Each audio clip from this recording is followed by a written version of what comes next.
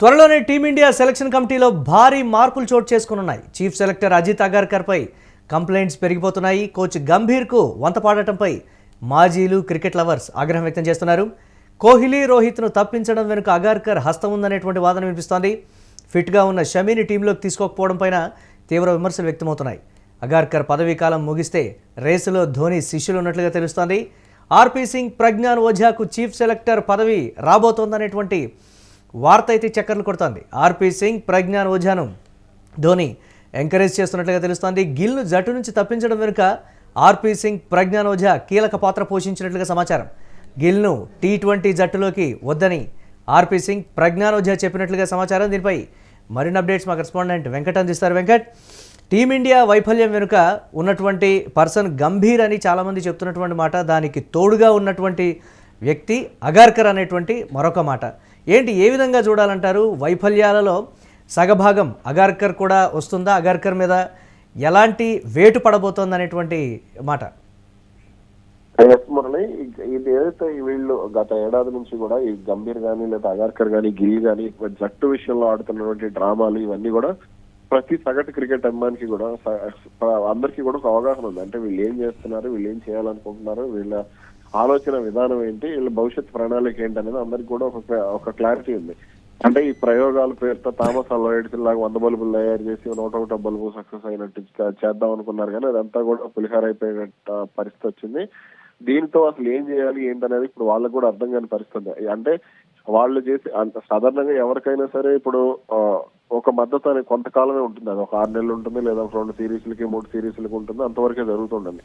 అలా నిత్యం ప్రయోగాలు చేస్తూ చేస్తూ చేస్తూ వచ్చి భారత జట్టుని 4వ స్థానాన్ని తీసుకురావడంతో ఇదంతా కూడా ఇప్పుడు ఒక రకంగా అంటే సీనియర్ ఆటగాళ్ళు ఎందుకు తప్పించారు, విదేశాల్లో సీనియర్ ఆటగాళ్ళు ఆడుతున్నారు కదా, వాళ్ళందరూ కూడా మంచి ఫామ్ లోనే ఉన్నారు కదా. అంటే విరాట్ కోహ్లీ సాధారణంగా ఫామ్ అనేది సీనియర్ ఆటగాళ్ళకు అంటే వస్తూ పోతూ ఉంటుంది. ఉస్మాన్ ఖవాజా చూసుకుంటే అతను కొంతకాలంగా ఫెయిల్ అవుతూ వచ్చాడు, కానీ మళ్ళీ సక్సెస్ అవుతున్నాడు. అలాగే జో రూట్ కూడా కొంతకాలంగా ఫెయిల్ అయ్యాడు, మళ్ళీ సక్సెస్ అయ్యాడు. కేన్ విలియమ్సన్ పరిస్థితి కూడా అదే, స్టీవ్ స్మిత్ పరిస్థితి కూడా అదే, డేవిడ్ వార్నర్ కూడా గతంలో అలాగే ఇబ్బంది పడేవాడు. అయినప్పటికీ కూడా వాళ్ళందరూ సక్సెస్ అవుతూ వచ్చారు. కాబట్టి సీనియర్ల అవసరం అనేది జట్టుకి ఎంత ఉంది, కానీ వీళ్ళు ఏదో ప్రయోగాలు చేయాలనుకుని కొంత అంటే గంభీర్ ఏం చెప్తే అతను అగర్కర్ అది చేయడం, అసలు అంటే వాళ్ళ మాట వినడానికి మాత్రం అంటే అగర్కర్ లేదా అంటే తాము ఏం చేయాలనుకున్నది కూడా ఒక పక్కా ప్రణాళిక, ఒక ప్లానింగ్ ప్రకారం వాళ్ళు ముందుకు వెళ్లారు. అయితే వాళ్ళ పప్పులు అనేది కొంతకాలంగా ఉడకటం లేదు.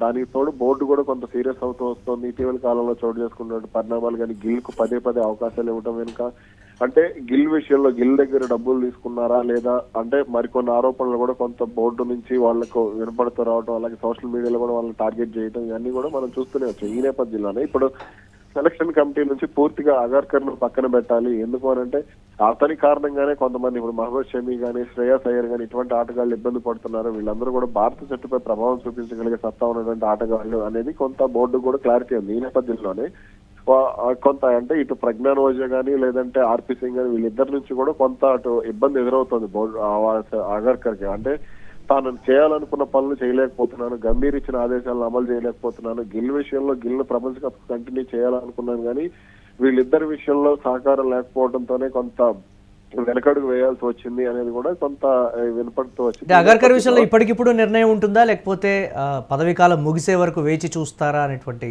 మాట కూడా వినిపిస్తుంది. దీని ఎలా చూడాలి? గతంలో అంటే మనం చేతన్ శర్మ అని ఒక సెలెక్టర్ ని చూసాం. అతను కొంత నోటిదోల కారణంగా పదవి కోల్పోయాడు.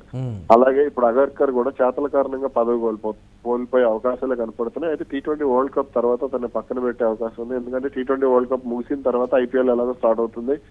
IPL లో 2 నెలలు కొనసాగుతుంది. 2 నెలలు కొనసాగిన తర్వాత ఇంగ్లాండ్ పర్యటనకు వెళ్తారు. అక్కడి నుంచి కూడా కొంత జట్టు ఆ తర్వాత నుంచి కూడా భారత్ ఎక్కువగా క్రికెట్ ఆడనుంది, సీరియస్ గా క్రికెట్ ఆడే అవకాశాలు ఉన్నాయి. ఎందుకంటే అది ఆస్ట్రేలియాతో సిరీస్ ఉంది, సౌత్ ఆఫ్రికా కానీ న్యూజిలాండ్ కానీ ఇవన్నీ కూడా వరుస పర్యటనలు ఉన్నాయి. ఇంగ్లాండ్ లో 3 వన్డేలు 5 T20 ఆడనున్నారు. ఇవన్నీ కూడా కొంత బిజీ షెడ్యూల్ నడవనుంది. కాబట్టి ఈ సమయంలో రిస్కులు చేయడం అనేది అనవసరంగా ఇబ్బందికర పరిణామాలుగా దారితీస్తుంది. కాబట్టి అగర్కర్ ఆ సమయంలో IPL అంటే T20 వరల్డ్ కప్ ముగిసిన తర్వాత గంభీర్ కూడా బై చెప్పే అవకాశాలు కూడా స్పష్టంగానే కనపడుతున్నాయి. అలాగే కోచింగ్ స్టాఫ్ విషయంలో కూడా ఇప్పటికే కొంత అసంతృప్తి అయితే కనపడుతుంది. ముఖ్యంగా ఎవరైతే తెచ్చుకున్నాడో ర్యాంట్ అండ్ డెస్కాటే అని చెప్పేసి నెదర్లాండ్ క్రికెటర్, అలాగే అటు శతాంశ్ కోటక్ గానీ వీళ్ళందరి విషయంలో కూడా బోర్డు కొంత అసంతృప్తిగానే ఉంది.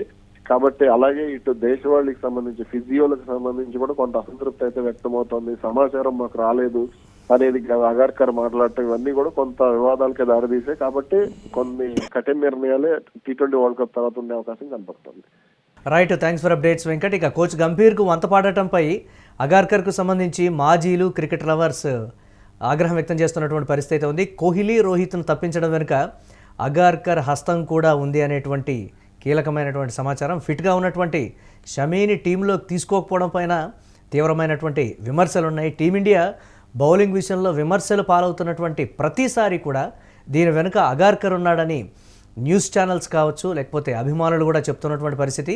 అగార్కర్ పదవీకాలం ముగిస్తే రేసులో ధోని శిష్యులు RP Singh, Pragyan Ojha chief selector రేసులో ఉన్నట్లుగా తెలుస్తోంది. ఆర్పీ సింగ్, ప్రజ్ఞాన్ ఓఝాను ధోని ఎంకరేజ్ చేశాడు అప్పుడు. ఇక గిల్ను జట్టు నుంచి తప్పించడం వెనుక ఆర్పీ సింగ్, ప్రజ్ఞాన్ ఓఝా కీలక పాత్ర పోషించినట్లుగా తెలుస్తోంది. గిల్ను T20 జట్టులోకి వద్దని ఆర్పీ సింగ్, ప్రజ్ఞాన్ ఓఝా చెప్పినట్లుగా అప్డేట్స్ ఉన్నాయి.